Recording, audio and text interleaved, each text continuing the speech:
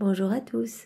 Eh bien, nous pouvons prendre un moment ce matin pour prier et méditer ensemble le 27e jour du mois avec le Sacré-Cœur de Jésus. Au nom du Père qui m'a créé, du Fils qui m'a sauvé et du Saint-Esprit qui me sanctifie. Amen. Jésus, comme chaque matin, je me plonge dans ta divine volonté et je te demande vraiment de me remplir à ras-bord de ta présence, à ras-bord, Jésus. Pas un tout petit peu, je veux vraiment déborder de toi dans mes mains, dans mes paroles, dans mes pas, dans mes regards. Je veux que ce soit toi qui écoutes à travers mes oreilles, que ce soit toi dans chacune de mes pensées, toi dans mes battements de cœur, toi dans tous mes mouvements conscients et inconscients. Viens tout faire en moi, Seigneur. Je veux que ma vie soit un sacrifice continuel pour ta gloire. Je veux que vraiment tu puisses te servir de mon humanité pour te glorifier. Vraiment, sers-toi de ma vie pour toi, Seigneur, pour te faire plaisir et pour te ramener des âmes. Je t'offre tout ce que je suis et je t'offre vraiment ma volonté. Prends-la comme marchepied pour ta divine volonté, Seigneur. Je n'attends que toi, je ne veux que toi. Tu es mon maître, tu es mon Seigneur, tu es mon bien, tu es mon tout. Et je ne veux rien d'autre. Vraiment, je me rends compte que quand je décroche mon regard de toi et que je plonge mon regard dans les choses du monde, eh bien je me perds vraiment. Je me remplis de mauvaises choses et j'enténèbre mon âme. Je ne veux plus tout ça, je ne veux que toi, Seigneur. Jésus, je crois, j'adore, j'espère et je t'aime, vraiment. Et je te demande pardon pour tous ceux, au nom de tous ceux qui ne croient pas, qui ne t'aiment pas, qui n'espèrent pas en toi. Pardon, Jésus, je veux t'offrir ton amour en réparation, tes adorations, je veux t'offrir tes bénédictions, je veux t'offrir tes louanges à toi, je veux t'offrir tes remerciements, je veux le faire au nom de tous. Particulièrement, ce moment je te l'offre comme gage de mon amour au nom de toutes les âmes du purgatoire, de toutes les âmes qui te sont consacrées, de tous les pécheurs obstinés et de toutes les âmes du purgatoire. Seigneur, reçois vraiment ce baume d'amour pour alléger ton cœur, vraiment ton cœur qui est torturé par tant d'offenses. Pardon au nom de tous, mon Seigneur, vraiment pardon pour ces larmes de sang que tu verses pour chacun de nous, pour le salut de nos âmes. Pardon.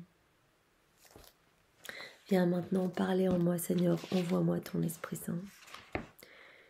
Donc aujourd'hui, nous sommes déjà le 27e jour et nous allons méditer sur la dévotion au cœur agonisant de Jésus.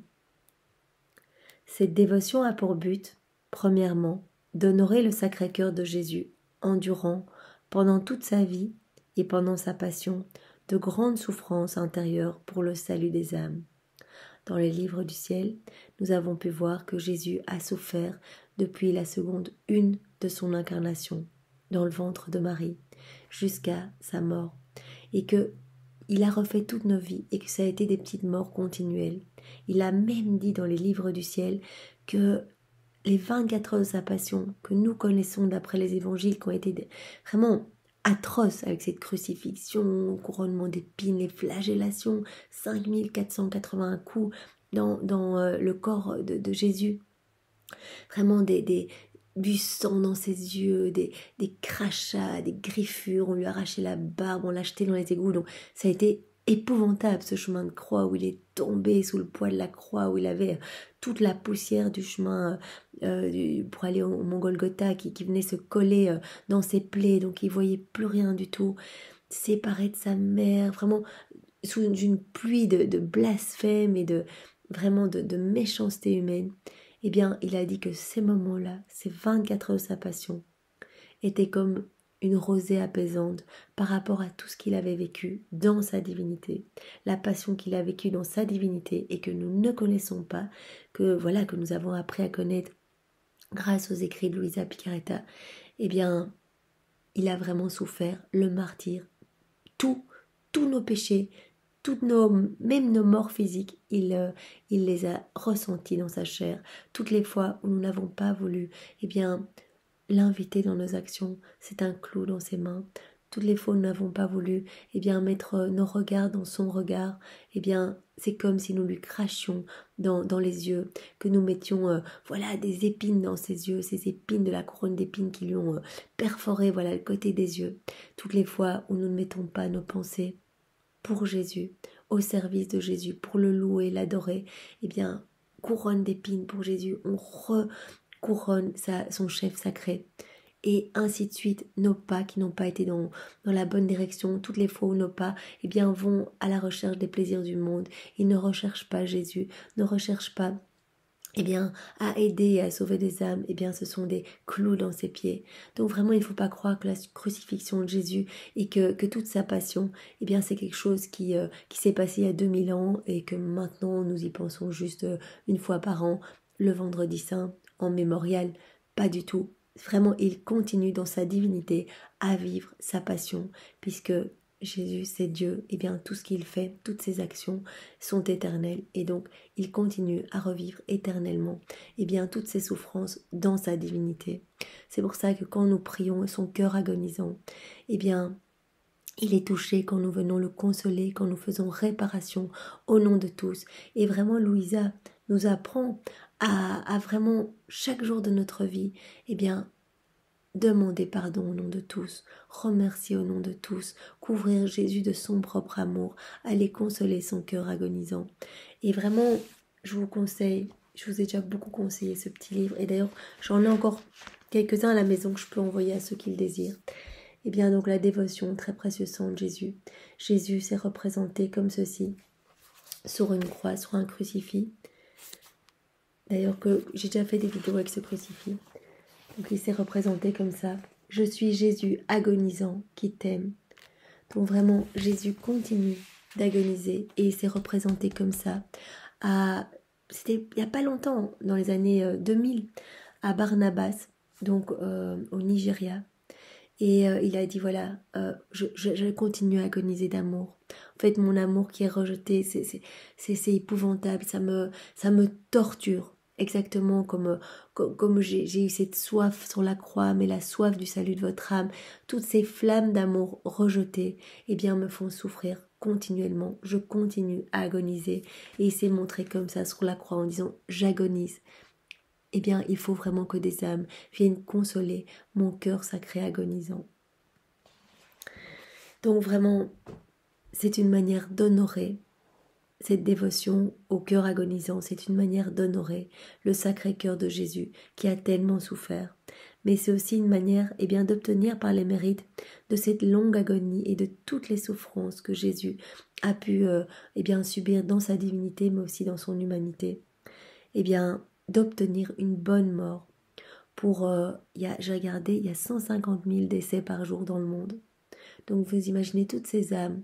Et dans ces âmes, il y en a tellement qui ne sont pas prêtes, qui ne sont pas disposées, qui ne meurent pas dans de bonnes dispositions pour leur cœur et qui vont se retrouver devant le tribunal divin, qui vont se retrouver devant Jésus et qui n'auront rien à présenter, qui n'auront pas d'amour à présenter au Seigneur, qui n'auront aucune prière, qui auront été incrédules toute leur vie, qui auront peut-être été hérétiques, infidèles et qui vont voir leurs âmes se perdre. Si nous prions et que nous offrons nos prières au nom de ces agonisants, vous imaginez 157 000 par jour, et que nous offrons chacune de nos prières dans la journée pour tous les agonisants de la journée, c'est ce que nous faisons tous les matins au nom des âmes du purgatoire, des agonisants, nous le demandons tous les matins. Ces prières, nous le savons, dans la divine volonté, sont distribuées comme si ces âmes avaient fait cette prière. Donc au moment où elles arrivent, peut-être que elles arrivent, elles n'ont rien à présenter. Et Jésus va dire, mais si, regarde, tu as fait cette prière-là, fin de ta vie, et tu as dit que tu m'aimais, et tu t'es consacré à mon cœur sacré, et tu m'as remis toute ta vie. Je peux t'accueillir. Viens, on va aller purifier ton âme. Tu vas pouvoir, peut-être pas tout de suite, mais bientôt venir te réjouir au banquet des noces. Donc vraiment, offrons nos sacrifices au nom des agonisants, c'est très important. Et moi, je pense souvent à ça, à 3 heures. Je vous invite à faire vraiment le chapelet de la divine miséricorde de Sainte Faustine. Et ce chapelet, il y a eu beaucoup de promesses qui ont été données par Jésus. Jésus a dit qu'il viendrait recouvrir les personnes pour qui on ferait ce chapelet. Donc par exemple, si une personne est en train d'agoniser, si on fait ce chapelet à côté de cette personne, la personne en train d'agoniser va être recouverte de la miséricorde même de Jésus et Jésus va venir lui-même la chercher. Donc vraiment c'est magnifique dans la divine volonté de chez nous. Voilà, on est tout seul chez nous, on n'est pas inutile. À 3 heures, on fait ce petit chapelet, ça prend rien du tout comme temps et vraiment on y met tout notre cœur, on médite sur vraiment la passion de Jésus, on essaie à chaque station, à chaque fois qu'on répète par sa douloureuse passion, sois miséricordieux pour nous et pour le monde entier. À chaque fois qu'on dit ça, on avance et on imagine, voilà, du moment où Jésus a quitté sa maman jusqu'au moment où il a été sur la croix, tout ce qu'il a souffert, et on peut aussi s'imaginer tout ce qu'il a souffert pendant sa vie pour refaire nos vies, pour prendre nos péchés, pour les vaincre par son humanité et pour vraiment les subir dans sa chair, pour les vaincre, les faire mourir sur la croix avec lui pour que nous puissions ressusciter à sa lumière. Pensons à cela et offrons ce chapelet. Moi vraiment ça m'a touchée quand j'avais vu que vraiment il y avait moyen d'offrir nos prières et je me suis dit tout de suite, ce chapelet-là, il faut l'offrir à 3 heures pour tous les agonisants de la journée et les agonisants passés, présents et futurs pour qu'ils meurent dans de bonnes dispositions parce que ça change tout. S'ils meurent dans de bonnes dispositions, ce sont des âmes qui vont être sauvées. Et il y a beaucoup de saintes qui ont vu vraiment, dont Sainte Faustine, qui ont vu vraiment qu'en enfer, les âmes arrivaient comme des flocons de neige. Vous imaginez, sur les 157 000 personnes, si on ne prie pas pour elles, combien arrivent et peuvent aller au purgatoire ou au paradis? Peu. Qu'on voit le nombre de personnes qui s'intéressent à Jésus, les églises qui sont vides, etc. Offrons nos prières, offrons nos sacrifices, offrons nos jeûnes au nom de toutes ces âmes et aussi au nom des âmes du purgatoire qui attendent vraiment cette purification. Et nous pouvons aussi imaginer que nous plongeons vraiment dans la divine volonté de Jésus, comme on le fait pour nous et comme on le fait vraiment au nom de tous. Mais on peut imaginer qu'on plonge spécialement tous ces agonisants dans un bain d'amour, le bain de la divine volonté, un bain de lumière, un bain rempli de l'amour même de Jésus, de sa divinité, de sa volonté, de son humanité, de tout ce qu'il est, de toutes ses vertus, et que vraiment ces âmes sont nettoyées, vraiment nettoyées. On peut aussi imaginer que voilà, on les nettoie dans le sang de Jésus, vraiment. C'est très important et nous avons vraiment ce rôle de missionnaire. Il y a des personnes qui se disent oui, mais prier, voilà, c'est peut-être un peu lassant, etc. Aucune prière n'est perdue. Tout ce que vous faites comme prière, pardon, tout ce que vous faites comme prière, et encore plus quand c'est fait dans la divine volonté, Jésus va se servir de cette prière pour aller sauver les âmes. Parce que Jésus, son seul et vraiment et unique but, c'est de sauver toutes les âmes. Il est mort pour ça, il a racheté nos vies, tout ce qu'il a souffert. Ne permettons plus à aucune âme de se perdre. Et vraiment, prenons cet engagement ce matin d'offrir tous nos sacrifices pour que les âmes soient sauvées. Qu'elles soient toutes sauvées. Et vous imaginez, une fois qu'elles vont être sauvées, comme elles vont être dans la reconnaissance et elles vont prier pour chacun de nous ici. Et à ce moment-là, on va pouvoir leur confier, les âmes consacrées ici, avoir vraiment la sanctification des prêtres. On va pouvoir leur confier de s'occuper des pécheurs obstinés ici, de prier pour leurs âmes. Donc elles vont pouvoir après prier pour chacun de nous.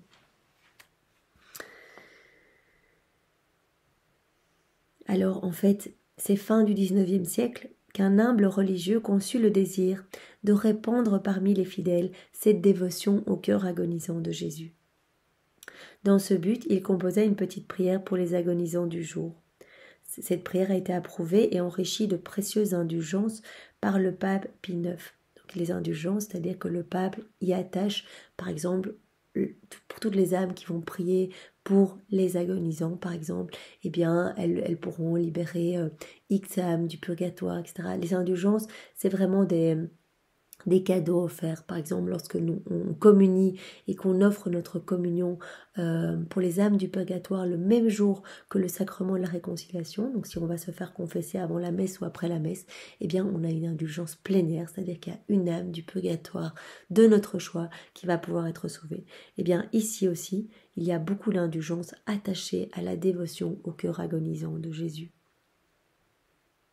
C'est pour ça que par les mérites vraiment des plaies de Jésus, de toutes ces plaies, eh bien on obtient énormément. Et ça rejoint tout à fait, en fait, les 15 oraisons de Sainte Brigitte, qu'il y en a beaucoup qui font. Je sais que j'ai eu des mails de personnes qui prient ça de manière constante pendant des années. Le Seigneur a demandé vraiment d'honorer toutes ces plaies et que toutes ces plaies, 5480 plaies, seraient honorées en un an voilà, s'il y a les récitations des 15 oraisons de Sainte Brigitte et 12 ans pour les 7 pater et les 7 ave. Et c'est vrai qu'on peut voir, par exemple, dans les 7 pater et les 7 ave, eh bien, on parle exactement de l'agonie de Jésus. Un moment, voilà, quand on dit « Père éternel, reçois par les mains immaculées de Marie et le divin cœur de Jésus la sueur de sang », vraiment la sueur de sang que Jésus a transpiré au jardin des Oliviers. Donc dans cette agonie, vraiment il agonisait au jardin des Oliviers. Il agonisait pour refaire toutes nos vies, reprendre tous nos péchés. Et on offre ce sang pour réparer tous nos manques d'amour. Et alors on dit, les miens, ceux de ma parenté, de ma lignée, ceux de tous les hommes passés, présents et futurs.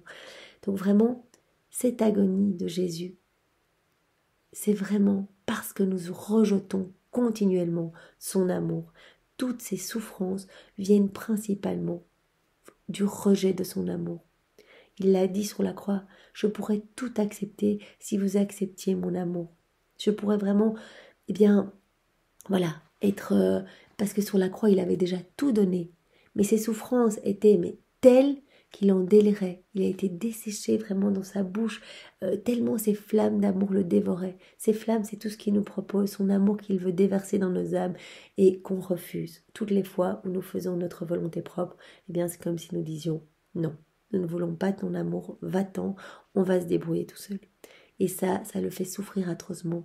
Eh bien quand nous invoquons ces souffrances-là, Jésus nous obtient beaucoup de grâce. Rappelle-toi, Jésus, de tout ce que tu as souffert pour le salut des âmes. Rappelle-toi de ces flammes dévorantes d'amour. Rappelle-toi, Jésus, de tout ce sang que tu as versé. Eh bien, par les mérites de toutes tes souffrances et des souffrances de ta maman, obtiens-nous vraiment, pour les agonisants, une bonne et sainte mort. C'est ce genre de prière que nous pouvons faire tous les jours. Vraiment, offrir les souffrances même de son cœur agonisant pour obtenir bien, des grâces pour les agonisants.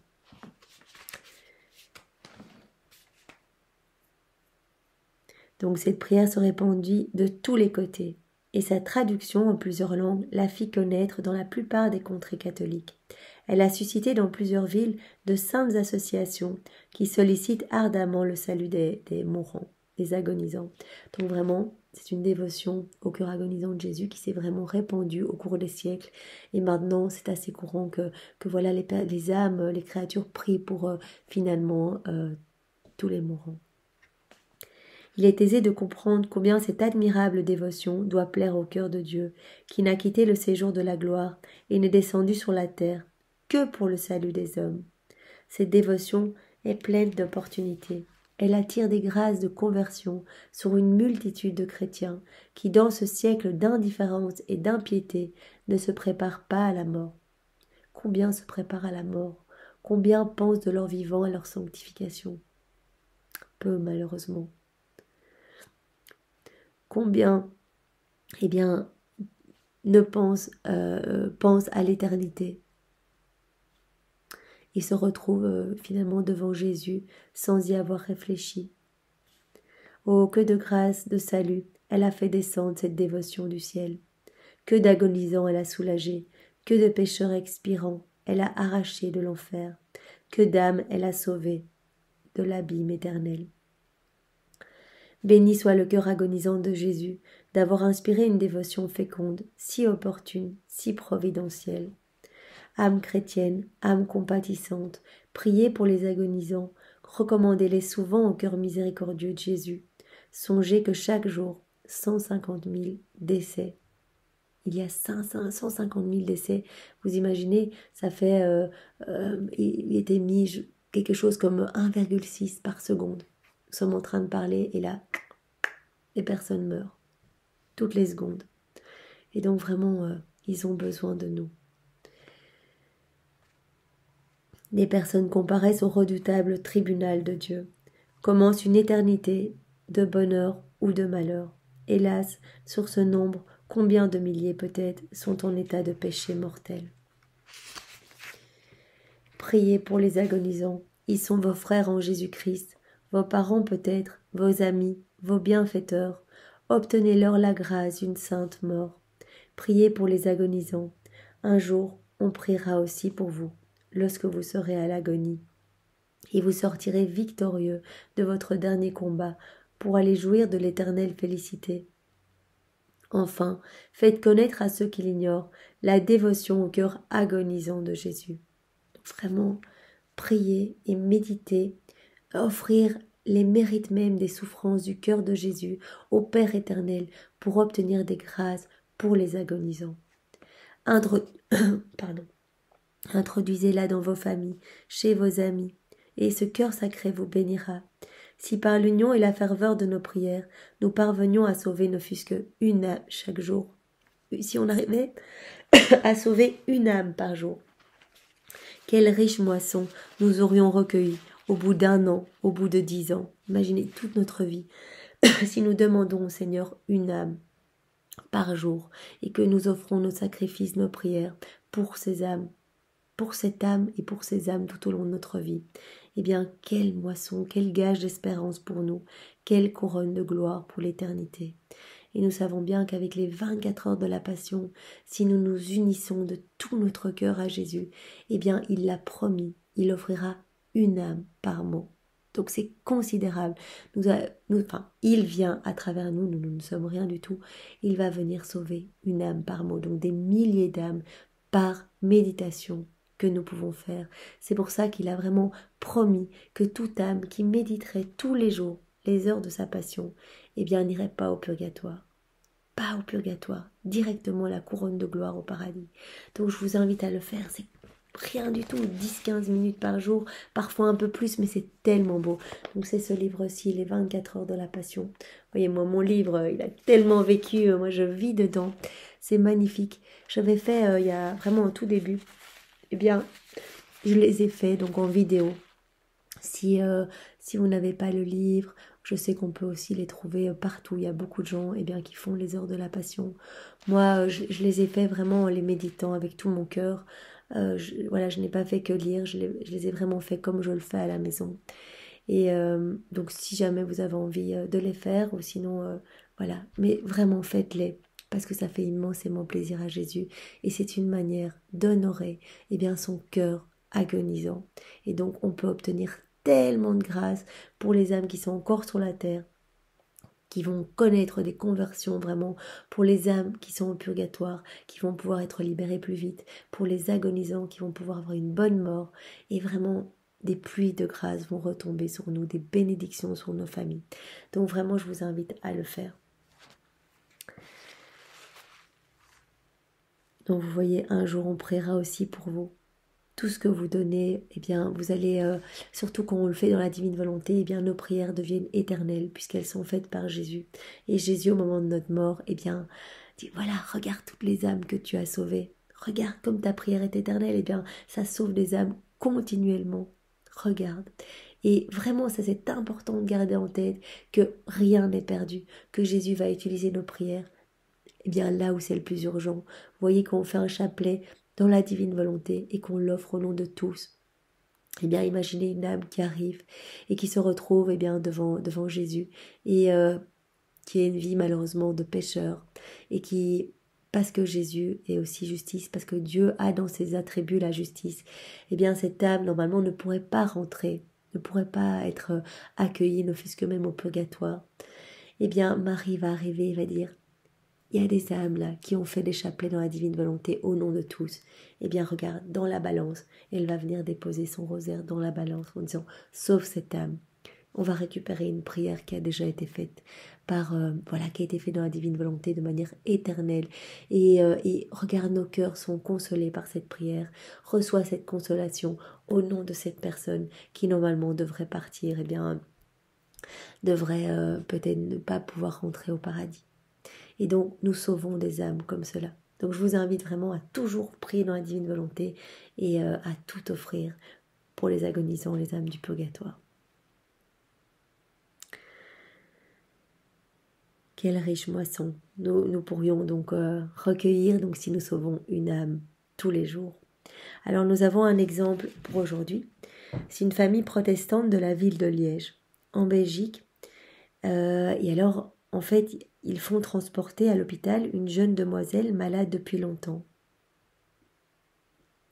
C'était une excellente musicienne qui ne vivait guère qu'au milieu des hérétiques. Donc elle était vraiment habituée à être au milieu de personnes qui ne croient pas du tout en Dieu, un peu des libres penseurs.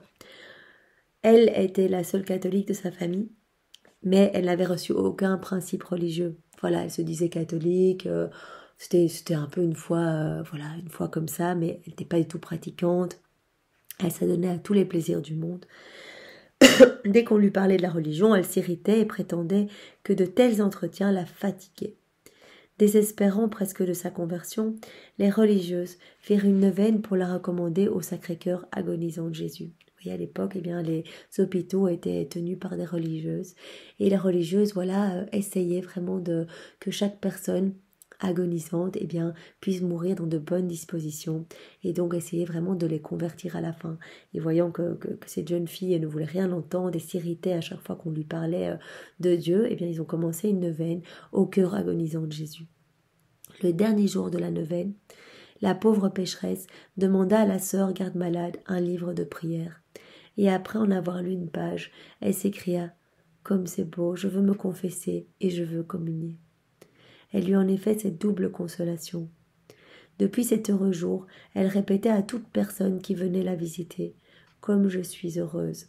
Et nous avions déjà eu, il me semble, une histoire comme cela d'un pécheur obstiné qui s'était converti vraiment à la toute fin, vraiment à la dernière semaine de sa vie, grâce au cœur sacré de Jésus. Et qui avait connu une conversion formidable, qui avait pu communier, recevoir le sacrement de malade, se confesser et mourir dans de magnifiques dispositions. Et vraiment, l'ouvrier de la dernière heure, c'est magnifique aussi. Il va directement être accueilli au paradis, son âme va être toute propre.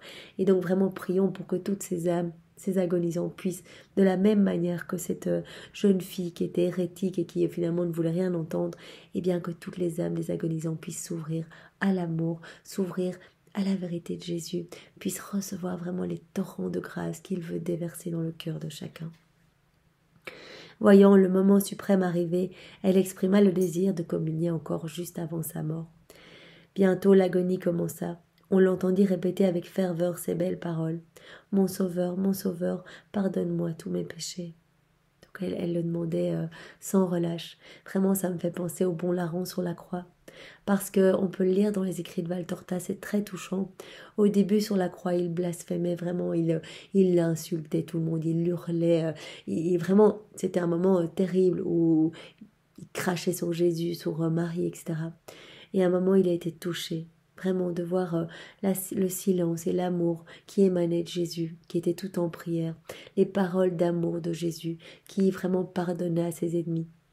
Et en voyant Marie au pied de la croix, il était bouleversé et quelque chose, vraiment, une fissure dans son cœur, s'est faite et il a pu recevoir les grâces de Jésus. Il a pu recevoir ce torrent d'amour et se convertir vraiment à la last minute, toute dernière minute. Et à ce moment-là, on peut lire dans Valtorta qu'il n'avait jamais appris de prière. Et donc, tout le moment, Jésus lui a promis qu'il sera avec lui au paradis. Il a été, à ce moment-là, jusqu'à sa mort, que dans un moment de gratitude et d'amour.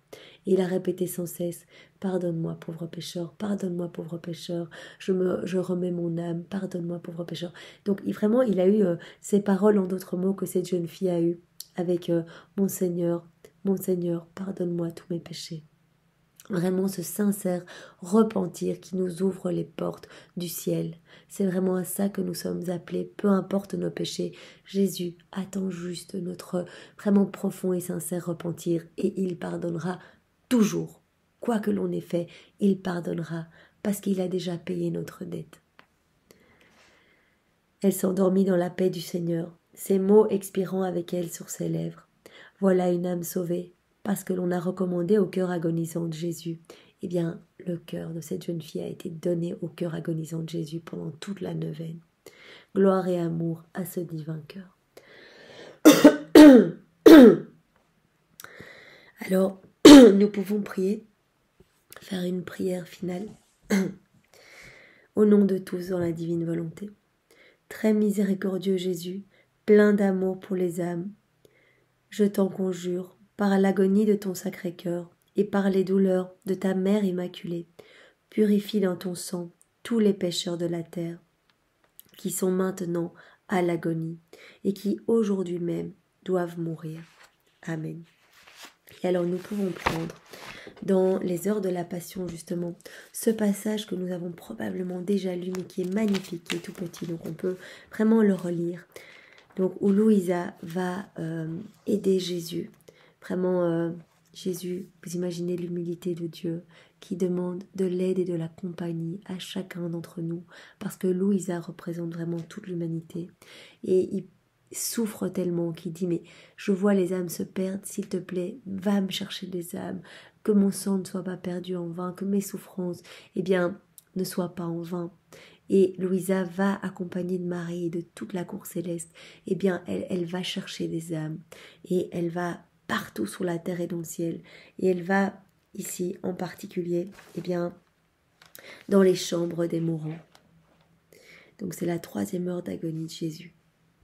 Donc elle dit, faisons un tour du monde et entrons cette fois dans les chambres des mourants. Donc elle a déjà été visiter des malades, etc., des pécheurs obstinés. Et donc là, elle arrive dans les chambres des mourants. Mon Dieu, quelle horreur! Combien sont sur le point de tomber en enfer?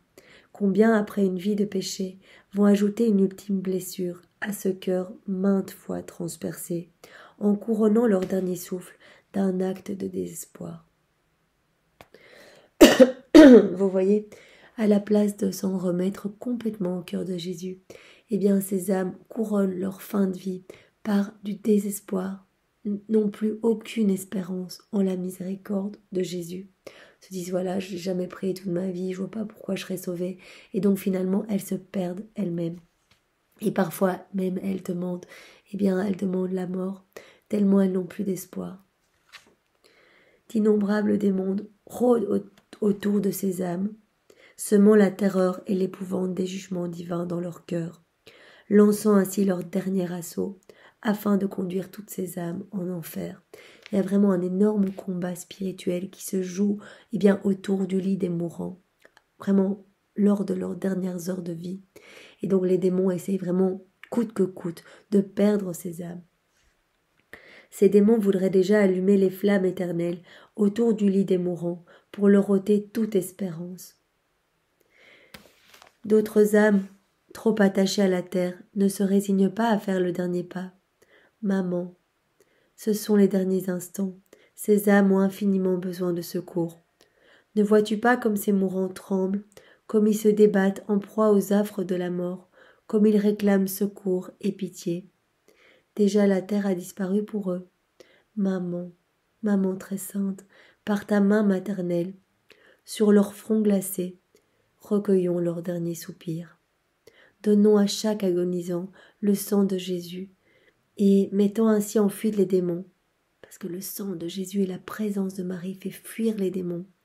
Eh bien, disposons chacun à recevoir les derniers sacrements et à faire une bonne et sainte mort. En guise de réconfort, offrons aux mourants l'agonie de Jésus. C'est vraiment ça que nous devons faire et que nous sommes appelés à faire. C'est offrir, au nom des agonisants, l'agonie même de Jésus, ses baisers, ses larmes, ses plaies, son sang. Et rompons les liens qui les retenaient paralysés. À tous faisons entendre les paroles du pardon. On peut vraiment reprendre les paroles de pardon de Jésus sur la croix, au bon larron. et à tous ses ennemis. Et on peut disposer ces paroles dans le cœur de tous les agonisants pour que vraiment ils soient dans la confiance, vraiment dans la confiance de l'amour total et inconditionnel de Dieu. Mettons donc dans ces cœurs une telle confiance qu'ils s'élancent dans les bras de Jésus. Quand Jésus viendra juger ces âmes, il les trouvera couvertes de son sang et abandonnées dans ses bras. Alors, à toutes, il donnera son pardon. Alors, il y avait aussi un autre passage où Louisa, donc, toujours avec Marie et les anges, va vraiment un peu plus loin. Elle va trouver les âmes qui vraiment sont en train de glisser pour l'enfer. Elles sont encore ici, mais elles sont mourantes, et elles portent déjà l'empreinte de la perdition. Et vraiment, Jésus souffre terriblement parce qu'il sent ces âmes s'échapper de ses bras pour glisser en enfer. Déjà, ces créatures sont sur le point d'expirer et de se précipiter dans les abîmes. Eh bien, Louisa vient avec Marie et elle dit « Baptisons-les ». Ils recevront la foi, l'espérance et la charité. Baptisons-les dans le sang de Jésus. Et elle dit à Marie, « Marie, place-toi auprès de ces âmes. Supplée toi-même à tout ce qui leur manque. » Vraiment, c'est Marie qui va venir remplir les manques dans les âmes. Suppléer à tous les manques de charité et d'amour. Et montre-leur ton visage. Il reflète la beauté de Jésus. Tes manières de faire sont en tout point semblables à celles de Jésus. Alors en te voyant, ces âmes connaîtront Jésus. Serre-les sur ton cœur maternel. Infuse en elles la vie de Jésus que tu possèdes. Dis-leur que, parce que tu es leur mère, tu les veux heureux pour toujours avec toi au ciel. Pendant qu'elles expirent, reçois-les dans tes bras et fais que des tiens, elles passent directement dans ceux de Jésus. Tu lui rappelleras à Jésus l'amour avec lequel c'est lui qui te les a confiés sur la croix. Fais valoir tes droits de mère pour qu'il ne puisse résister à ton amour et à tes supplications. En contentant ton cœur, Marie, eh bien il contentera aussi ses désirs les plus ardents de sauver vraiment toutes les âmes. Et alors, nous pouvons terminer encore par une prière à Marie pour les agonisants. Marie, je te prie en raison de la douleur très intense que Jésus a subie dans son humanité et dans sa divinité, et en raison de ta désolation, Marie, rappelle-toi de toute ta tristesse, de cette intense séparation avec Jésus, de tous ces moments que tu as vécus avec lui, la flagellation, le couronnement d'épines, mais quelle souffrance pour une maman de ressentir ça dans son cœur, mais tout ce qu'on a fait à ton enfant. Eh bien, en raison de toutes tes souffrances, Marie, de tous ces glaives, pardonnez-moi, de tous ces glaives qui ont transpercé ton cœur, eh bien, je te demande vraiment de venir assister tous les agonisants au moment de leur mort, quand leur pauvre âme, eh bien, quand leurs âmes se retrouveront seules, abandonnées de tous, parmi 1000 anxiétés, 1000 craintes, viens toi-même à ce moment-là pour leur rendre la compagnie que moi je te donne tous les matins. Viens les assister, assieds-toi à leur côté et mets en fuite l'ennemi, vraiment chasse les démons. Lave toutes ces âmes au moyen de tes larmes, couvre-les du sang de Jésus. Fais-les revêtir ses mérites, embellis-les de ses douleurs, des douleurs même de Jésus, de toutes ses peines et de toutes ses œuvres. Et en vertu des peines de Jésus et de tes propres douleurs, eh bien fais-les effacer tous leurs péchés en leur donnant le pardon total. Quand ils vont mourir, eh bien reçois-les entre tes bras, mets-les sous ton manteau, cache-les au regard de l'ennemi, porte-les de ton vol jusqu'au ciel et mets-les dans les bras de Jésus. Eh bien, Marie, convenons-en ainsi. Serre à tous de maman. Ce sont des moments extrêmes lors desquels il faut avoir de grands secours. Par conséquent, ne refuse à personne ton office maternel.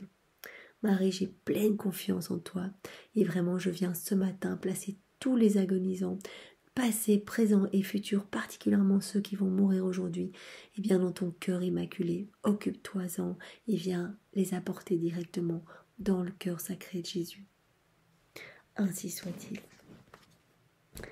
Alors nous pouvons terminer par la prière de consécration au Sacré-Cœur de Jésus que nous allons faire au nom de tous dans la divine volonté de Jésus. Seigneur Jésus, toi qui es venu allumer un feu sur la terre, un feu d'amour, vraiment un brasier ardent de ta paix, de ton amour, eh bien aujourd'hui, au nom de tous, je m'abandonne à toi, je m'abandonne à la volonté du Père, dans le souffle de l'Esprit Saint. Purifie mon cœur, Jésus, vraiment mon cœur qui est empreint de noirceur et de péché. Purifie mon cœur, embrasse-le du feu de ton amour et de ta charité. Jésus, je veux apprendre à aimer avec ton amour et ta charité. Et je te le demande vraiment pour tous les hommes. Offre cette grâce ce matin à chacun de nous de pouvoir brûler de ton amour, Seigneur. Nous voulons tous être des torches d'amour. Nous avons été conçus pour aimer. Et vraiment souvent, eh bien, nous n'utilisons pas l'amour que nous avons reçu. En tout cas, nous l'utilisons pour blesser autour de nous. Nous avons un amour effréné pour les choses du monde. Et donc finalement, nous ne rendons pas l'amour que Jésus nous donne. Nous ne lui rendons pas gloire par nos vies. Eh bien, fais grandir ton propre amour à nous. Jésus, fais grandir la perfection chrétienne dans tous nos cœurs.